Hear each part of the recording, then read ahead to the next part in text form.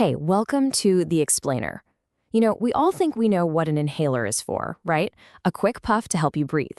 But what if I told you that same idea could be used to deliver insulin for diabetes, or even to stop a chronic, debilitating lung disease in its tracks? Today, we're diving deep into the surprisingly powerful world of inhaled medicine. It's so much more than just a puff of air. And to kick things off, let's start with one of the great medical mysteries of our time. Back in 1973, the martial arts legend Bruce Lee died suddenly. He was only 32 years old. The cause of death was a massive swelling of the brain.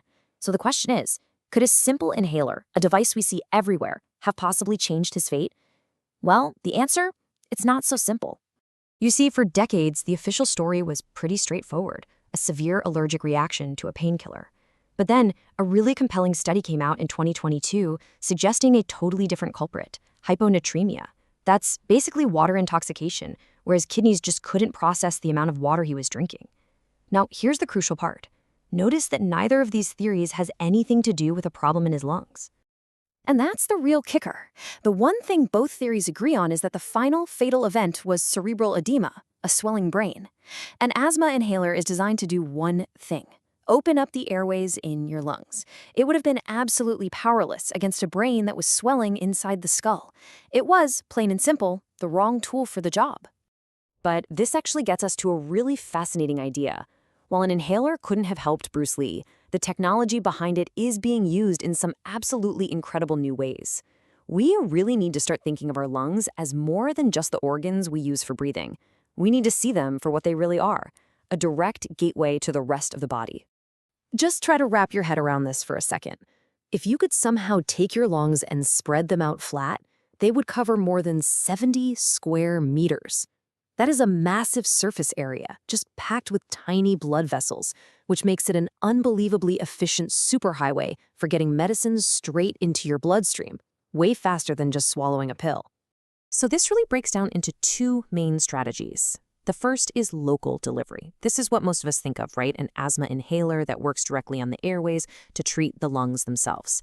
But the second, and this is the revolutionary one, is systemic delivery, using the lungs as a portal, a back door, to send medicine all throughout your body. And that brings us to our first case study, and honestly, this one is a real mind-bender. What if you could treat diabetes not with a needle, but with a simple puff of air? Yep, you heard that right. Meet Afrezza. The FDA officially calls it a rapid-acting, man-made insulin that you breathe in. For millions of adults with diabetes, this is a potential game-changer. It offers a way to control their blood sugar at mealtime without having to use an injection. It's a pretty incredible piece of medical engineering. And here it is. This is the device itself. I mean, look at it. It's small, it's sleek. You'd almost mistake it for a tech gadget. And this is a huge but, don't let that slick design fool you, because this technology comes with some extremely serious warnings. This is literally the first thing you see on the label. It's called a boxed warning, the FDA's most serious kind. An acute bronchospasm is when the muscles in your airways suddenly clamp down. It's a severe, potentially life-threatening event, and it really drives home the central risk of using your lungs as a highway for drugs. Because of that huge risk, the no-go list for Afrezza is incredibly strict. If you have any kind of chronic lung disease, asthma, COPD, you're out. If you're a smoker, or even if you just recently quit, it's not for you. It's also not a total replacement for all insulin, and you can't use it for certain serious diabetic emergencies. This is truly precision medicine, and it has a very, very specific user. Okay, now the data also shows some long-term effects. Take a look at this chart. It's tracking something called FEV1, which is basically a key measure of how well your lungs are working. See the two lines? The top one is for patients on other treatments. That bottom one, the one that dips a little lower, that's the Afrezza users. You can see a greater decline over time. And this number right here is the key takeaway. After 2 years, people using Afrezza had an average decline in lung function that was 40 milliliters greater than people on other treatments. Now, it's a small number, but it's a consistent, measurable impact, and it's exactly why anyone using this drug has to have their lung function monitored all the time. And beyond all the really serious risks, there's also just the day-to-day reality of using it. The most common side effect, by a long shot, is a cough. We're talking over a quarter of all patients reporting it. In fact, it's the #1 reason people just stop the therapy altogether. It's a constant physical reminder that, hey, you're breathing in a dry powder. So how do you actually use this thing? Well, it's basically a three-step process. You take a little cartridge and pop it into the inhaler. You snap it shut, which punctures the cartridge and gets the powder ready. And then you take a deep breath right at the start of your meal. Sounds simple enough, but the dosing, that's where it can get a little tricky. The whole system is built around these little color-coded cartridges. You've got the blue one, which holds 4 units of insulin, and the green one, which has 8 units. Think of these as the basic building blocks for a person's mealtime dose. But what happens if your dose isn't a simple 4 or 8? What if you need, let's say, 12 units? Well, patients have to use this conversion table. To get 12 units, you'd have to use 2 separate cartridges. Inhale the blue one, then inhale the green one. If you need 20 units, you're inhaling from 3 separate cartridges. So while the technology is amazing, it demands some real precision from the person using it. Okay, so now let's switch gears a bit. We've talked about using the lungs as a gateway to the body. Now let's go back to treating the lungs themselves, but in a completely new way. We're going to look at a targeted therapy that was designed to break the cycle of a really devastating lung disease. The disease is called bronchiectasis, and basically what happens is the airways in the lungs get permanently damaged. They get wider, they get scarred up, and that damage makes it incredibly hard for the body to clear out mucus, which just starts to build up and cause all sorts of problems.